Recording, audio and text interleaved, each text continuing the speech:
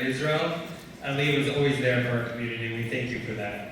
Eli has done a tremendous amount of work in the Zaka organization. We will hear shortly soon by it.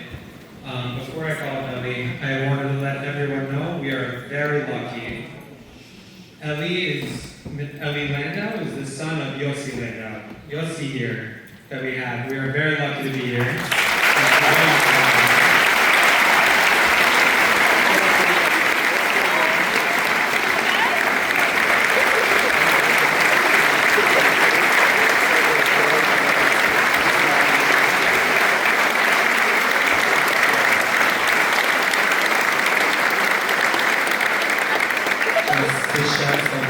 Yosi is the commander of the Southern Zaka program in Israel. So whenever I say commander, I just want to clarify. The Zaka organization, which there's many components to it, involves not only the medical team, but also the cleaning of what the horrific condition, what happened on October 7th. Each team has a commander, each town has a commander, and the towns together has a regional Southern commander, which we have in our presence. And without further ado, I would love to pass the mic over to Mr. Yosi Landau.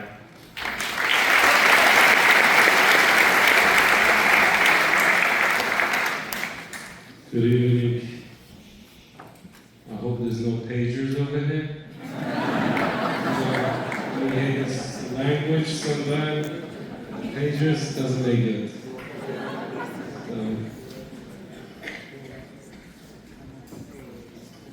Thank you for hosting, and thank you for feeling a partner. As I say always, our nation is a big nation, our country is a big country, the world is a big world. We need partners. No one can do what everyone is different, and no one can do the same job that anybody else. So we need partners, and this is a bunch of partners. Thank you. Just want to say a little bit about Zaka, what Zaka is doing and when it was founded. So unfortunately, I was one of the founders of Zaka. I was married in 1988 to my wife, Mali, in Israel, and I came to Israel as an EMT. 1989, while I was bored, I didn't have what to do, so I volunteered for Magen David Adom. And one morning, we received, then we had pagers, and the pagers are going on. There's an accident. We didn't know exactly what's going on the hills going up from Tel Aviv to Jerusalem, to Yerushalayim. There was a young terrorist that approached the driver, not even with a bullet. He just tilted the wheel of that bus. 57 people were aboard that bus, and he flipped over the cliff in front of Kiryat Yarim, it's called. And we arrived over there as a first responder. 40 people were injured, and 17 people, that includes children, families, babies, were killed. And when we saw, first of all, we took care of this wounded people, and then we went over to try to identify the bodies. And we couldn't. We called in the army. The army said, "I'm sorry, we cannot help you because we can only identify a soldier that he has a pre-identification when he comes into the army. Over here is civilians, babies, we cannot help you." And then in the evening, a car pulls up. He pops up his trunk and he pulls out a foot. We asked him what happened. He was on the way to work, to his job in Tel Aviv that morning, when he stopped his car to help, and then while going down the cliff, he tripped by a foot. He took it and he put it in his trunk in the car. Now he's back from the job, and he's bringing us the foot, and that gave us identity of a body. There was no other identity. We decided, a couple of people, that we have to do something to save Am Yisrael and to be there for Am Yisrael and to do the job that we're supposed to do. Because we all know a person can live without a hand, without a foot, but he cannot live without blood. As it says in the Torah, Ki hadam hu nefesh. Blood is the soil. When a person is losing his blood and we don't know the drop of blood that killed him, we are there to make sure it gets the proper burial, and we're going to be there. So we call that organization Chesed Shel Emet. In the beginning, we all know what Chesed Shel Emet is, through deed, when the person that you're dealing with cannot tell you even a thank you, because he's not talking anymore.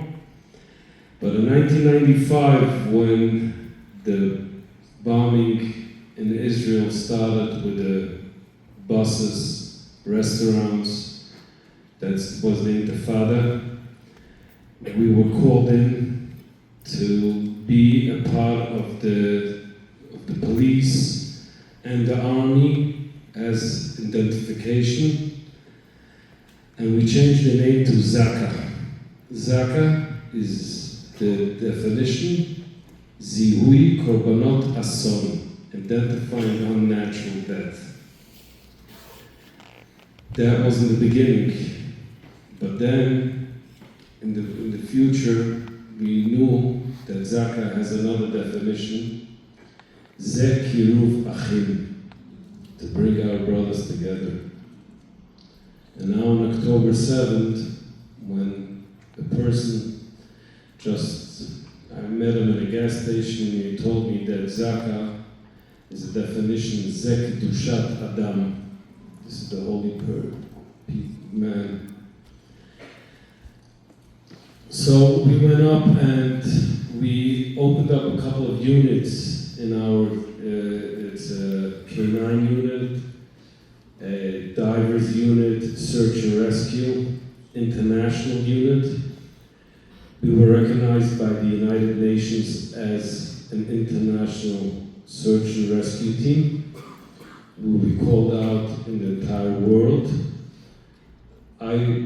Myself, I was Monday, where 207 people were killed in the terror attack, 7 people in the Chabad house, and 80, and Brazil, 9/11.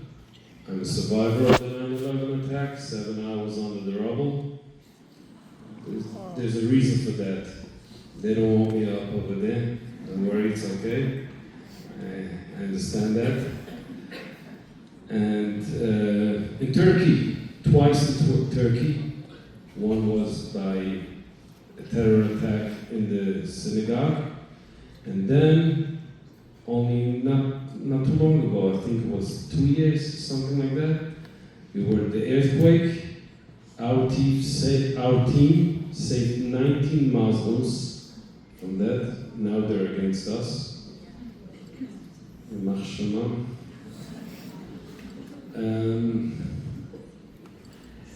And so we used the bodies, we used everything, and we were ready for what happened October 7th. And I think for now, I don't remember. Ali, you were home October 7th? I don't know. Yeah, I have no control on him.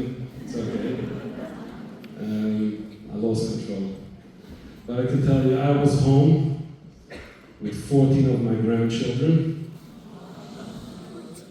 Oh, I forgot to say, yesterday was the 24th grandchild. Last night.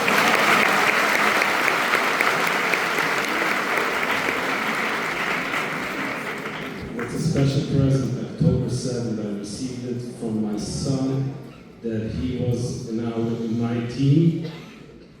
Unfortunately, I have 3 children in Zaka, Eli, Dovi, and Mechi. And my wife sent them to watch on me. She thought that it's gonna help. But I was home with 14 of my grandchildren and my children. Like everybody wants to have that Simchat Torah, picking up on the shoulder, the children getting the candies. Same thing we wanted to do. But 6:30 in the morning, unfortunately, I think it's the first time that Ellie saw that time of the day, 6:30 in the morning. Okay, unless he goes to sleep 7 o'clock. So I went out from the house. I didn't see him, but then we met. Ellie, come say what you saw, and I'll avoid a little bit from them to tell them what I saw.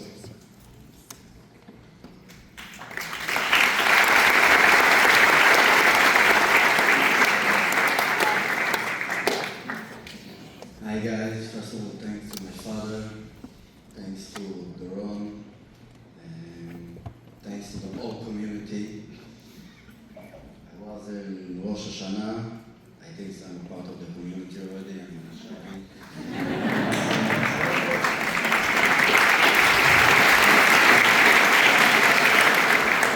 Any blonde over there? No.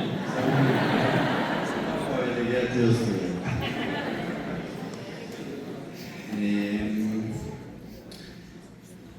First of all, as Mark said, I'm Landau, for who don't know. I'm 25 years old, one of 10 kids, a child of this guy. And as my father said, we are volunteers in Zaka. He explained very well what is Zaka. I didn't was there 24 years ago. But I was there 7 October, that everything changed. Also what my father saw for 34 years, that he knows, everything changed in one day. As you guys know already, as I saw by the Nova site, there's a big sign, 629. 629, everyone in Israel was sleeping. 6:30, from there is already 1 year that nobody in Israel is sleeping. Also, if they're going to sleep sometime, they are not sleeping. And I'm sure also people over here are not sleeping well. I will spoke a little bit my story, my personal story on 7 October. My personal story, it's not just me. It's the best that I'm wearing. It's Zaka. It's my friends, it's the team, the other volunteers, we all volunteers, we just love the family. I'm a young guy, single, but more 99% of Zaka, they are married. Basically, there is no singles in Zaka, only one crazy guy.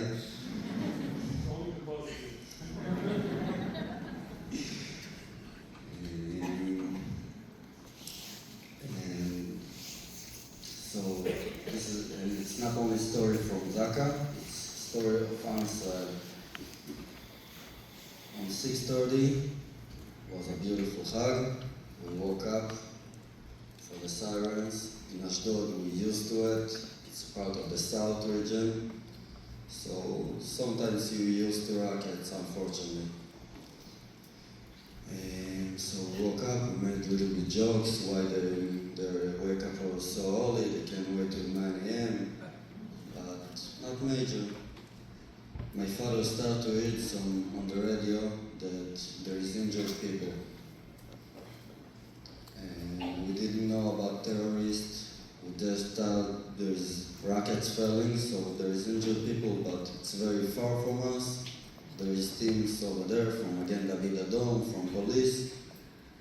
We are Zaka, we are far, we not need to go. Okay.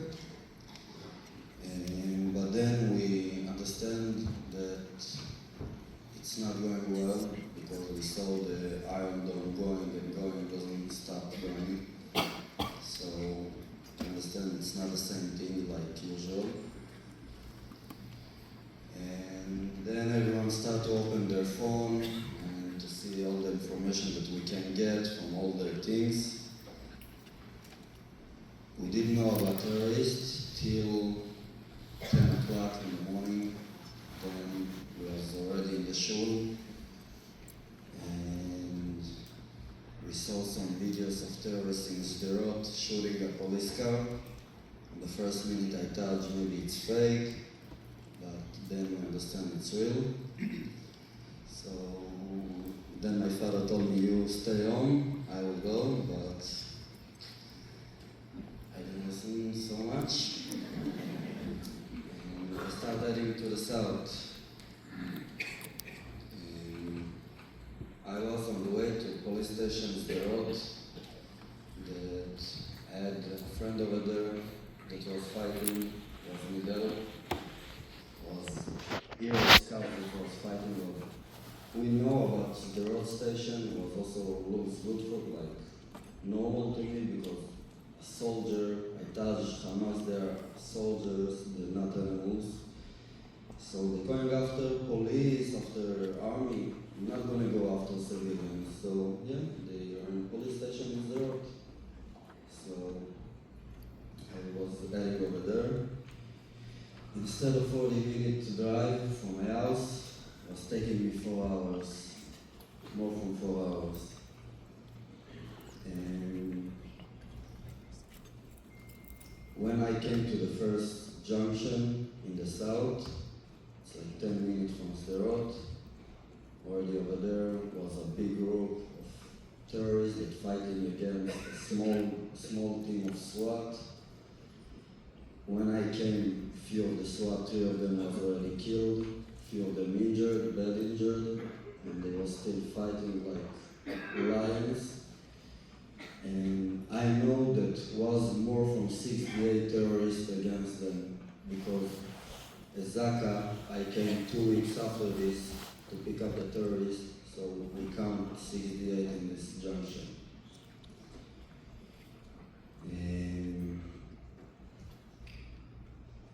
But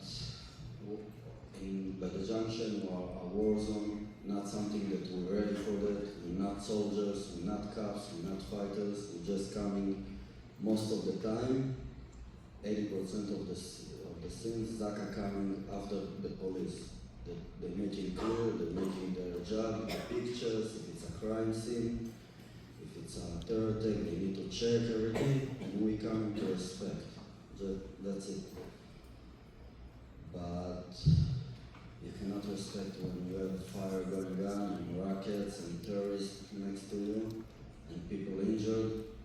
As I am first taking care of the injured people. But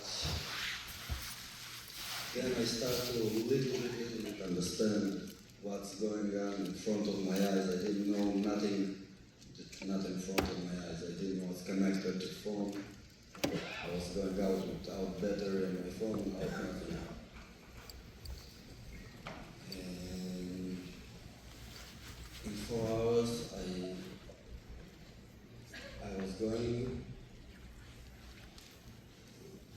a hell of life again on because instead of from this junction to Sderot, well, it's 10 minutes. It's a beautiful day. And all the way was already dead bodies and dead injured and people injured, bodies on the road, inside cars burned, and you see people inside and they still burned, and you cannot do nothing because there is terrorists in the next of you, and you cannot stop. You have to go. And as someone that I called myself a volunteer 25 years, because when I burned, I got inside the family, Zaka family. I have the mentality, so I cannot see a dead body. So for me, it was very hard to see it and not to go, not to help, but we couldn't. And then we came to the road station, and we touched that in the road before we was going the hell, the Gehenom. When we come to the road station, then we saw the real Gehenom. The heroism of Am Yisrael that we saw over there, and the amounts of the empty magazines of our people that just, we saw bodies of cops and soldiers next to them, 5 empty magazines with no bullets in the gun. They was fighting till the last bullet against fully armed terrorists, animals. And there is 2 names that I would like to share. Elia Arush and Mor Shakuri, was both of them on the roof, 2 young cops. And we took them down from the roof, me and my father, a day after 7 October, because we couldn't came to the roof. All the place was terrorists.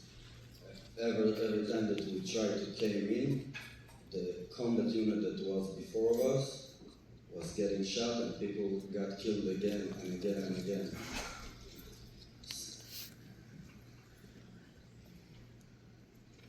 Sorry, I'm going to stop in 1 minute. He didn't see that, but I saw that. And for the people over here, their family members, I want to just give you a small explanation of what we saw. When I arrived to Sderot with 2 of my team, and we went to save people, but then we started to do our mission to respect. And when I approached the car, and there was in front, in the steering wheel was a young mother. She was dead. She has about 20 bullet wounds in her body. Next to her is her husband. And when we start to talk to each other, and starting to do respect, I hear a baby crying from the back of the car. For me, as a father and as a grandfather, I almost fainted. But we were taught to divide, to separate the mission and the feelings. So when I didn't know if it's a boy, it's a girl, but I just want to give you a small, what's called a Jewish kid. She asked me in Hebrew, "Ata mishelanu? Are you friendly?" And I said, "Yes." She asked me, "Ten li siman, give me a sign." I'm sure everybody in this room would give the same sign. Shema Yisrael. And she came out from the hiding spot in her car, from the car, after being in that car for 4 hours with her parents bleeding to death. I had to cover her face. She shouldn't see. Her name is Avichail. She wasn't even 4 years old then. And just to give you an example, I was in the United States giving my testimony 4 months afterwards in the United Nations. While I was in the United Nations denying the denials, my family, Ellie's brothers and sisters, and nephew and nieces were celebrating for this Avichal, the fourth birthday in my house, because she lost her entire family. I had to show them a live video. This is the price for a 4-year-old girl living in Israel in 2023. And they're still denying that. Go ahead. We come here to give them an answer for the deniers. We don't care about them. And as my father shared a little bit, so you guys look at it. I'm sure you guys are not going to understand it never, but just to get the little picture. And in Sderot there is no enough papers and pens in the wall to write what happened. Only in one building in Sderot, how much heroism, how much Kiddush Hashem, and Am Israel was over there with full power. And so we touched, that's it. We were going the worst thing in life. But then on sunset, I'm talking still on 7th October, when it got dark, we got calls that there's hundreds of people injured and stuck next to a, okay, we didn't know nothing about festival, nothing about, we didn't know also there's terrorists over there, we just know about what's in front of our eyes. And we started to the Nova Festival, and the road over there called, we used to call it Road 232. Today we called it the Death Road, because when we was going over there and it was dark, I was going very fast, shooting and rockets, if you stop it you get hit. And I saw a lot of cars on the side parking very nice. Some of them with smoke, some of them, but nothing major. But then I saw a body on the road. I stopped my car, tried to call my commander, my father. There's a body over there. Zaka, I need to come over there. Then I turned my head, I look in all the cars. I see from the siren light, I see all the cars with bodies. Then I took off my phone. I was like, what I'm doing? I need to stay away. I need to run away. How it's happening? Why everyone on the side? I'm sure you guys watched the video that how they're shooting people, and because people were thinking they are police, they were trying to stop the cars, and they got shot. Was going nicely to the side. I don't know how. But then we start to take out, and if you touch, the road was the war zone. So we came to a place that also the Gehenom is not like this. Was families over there, the babies that born.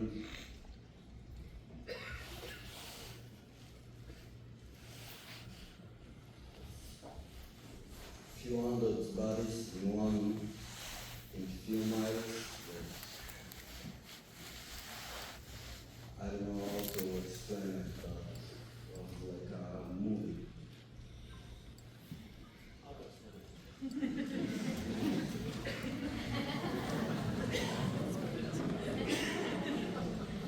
I'll explain it. There's a question that everybody's asking us wherever we go. Tell me, you crazy guys, why are you doing this? Why are you jumping in every place where people are running away? You know, it's craziness. I'll tell you a little story why we are crazy and what happened. And then we're going to understand. Eli will continue. I had to give him a break because I saw how he's emotional. I'm used to that already. When we came into Be'eri, I can be over here for 2 weeks and telling stories. I know nobody's gonna listen anymore. You want to say? I want to tell you guys a story as we did it. It's normal. We always fight. We always fight. It's okay. So I will say the story in the area. I don't know if Ellie was there. I don't remember. No, I don't think so. He wasn't in my team then. We had a team. My team was 74 volunteers. I divided them into 6. Each team is of 6. The way we went, you saw it outside the exhibit, 419, all the markings that's in the houses in the kibbutzim, that's from different units that went in first. There was the Yalom unit, they went in to determine any booby traps or explosives. There was a team that went in to check if there's any terrorists that were hiding, they were hiding in the houses. And after working of 6-7 hours with that team, that soldier came out from a house.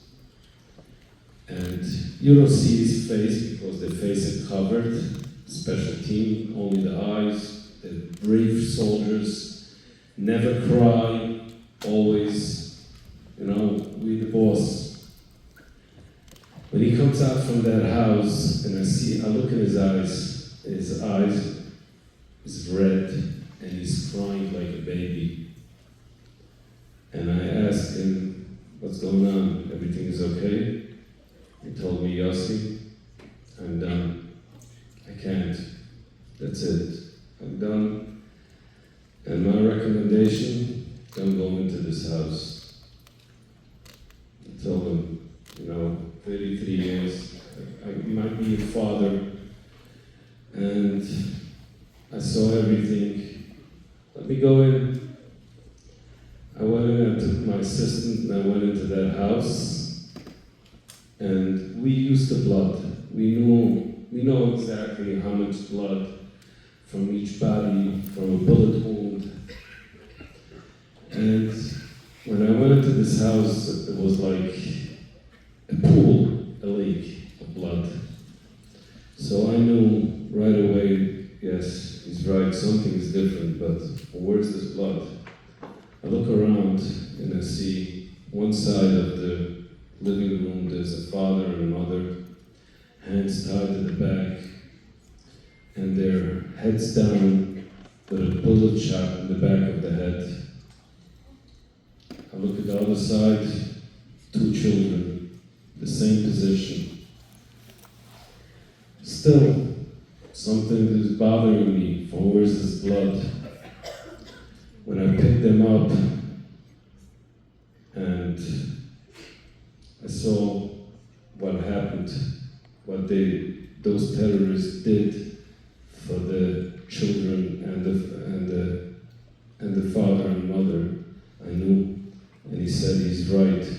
I can't do it. I went out to my team and I told for my team, for this house we need a double team, but I can't do it. I cannot go with you. I want to stay normal. I want to stay a father. And I read their minds and they say, if Yosi can't do it, why should we do it?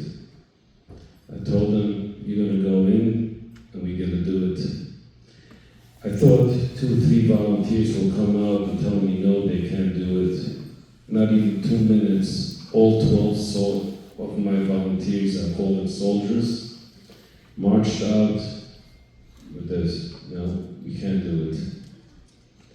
But we went in, I told them, now, you're negative, I'm going to be positive, let's go in. We're going in. I took the hands from the volunteers, each other, and we started to sing a song, Vihishananda, Ani Ma'amin. And then I got up with a knife and I cut the plastic handcuffs from those victims. And my volunteers were holding their hands and made a promise. We will not leave these places, our brothers and sisters, without giving them the full respect. This is the answer why we're doing it, and what we're gonna go on and doing, and we will do it forever, and Ellie is a part of it.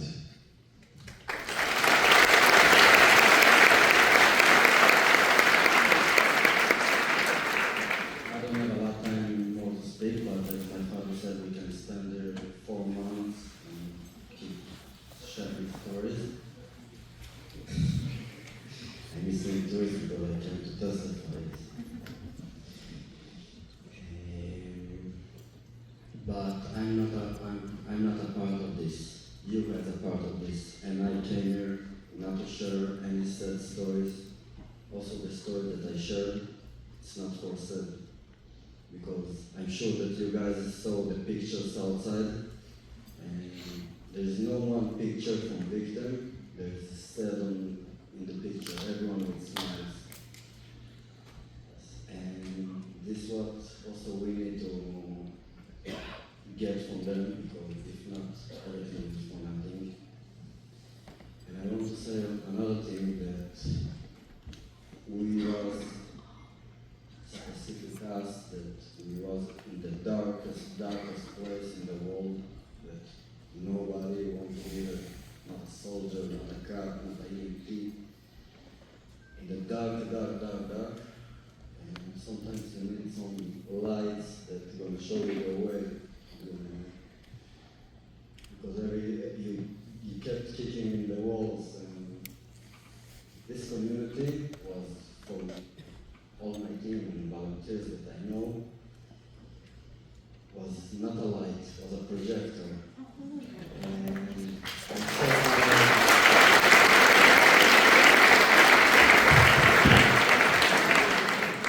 so honored to be here.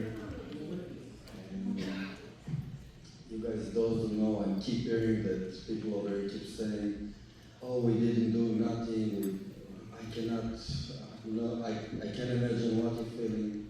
You guys doing so much. You guys are our therapists, you guys are our partners, and when I see what's going on out there, the young people, not the people that already have business and they know how to do stuff, the young people, and the old Jessicas and the Jules, really crazy stuff. It's so amazing, and I keep telling people, but they do not believe me, that I never saw something like this. And you guys, the real Am Israel, everyone in Am Israel should come over here and to see what is this united.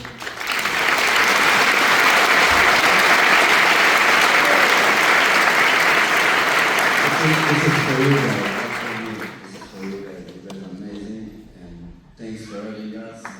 Thanks for coming.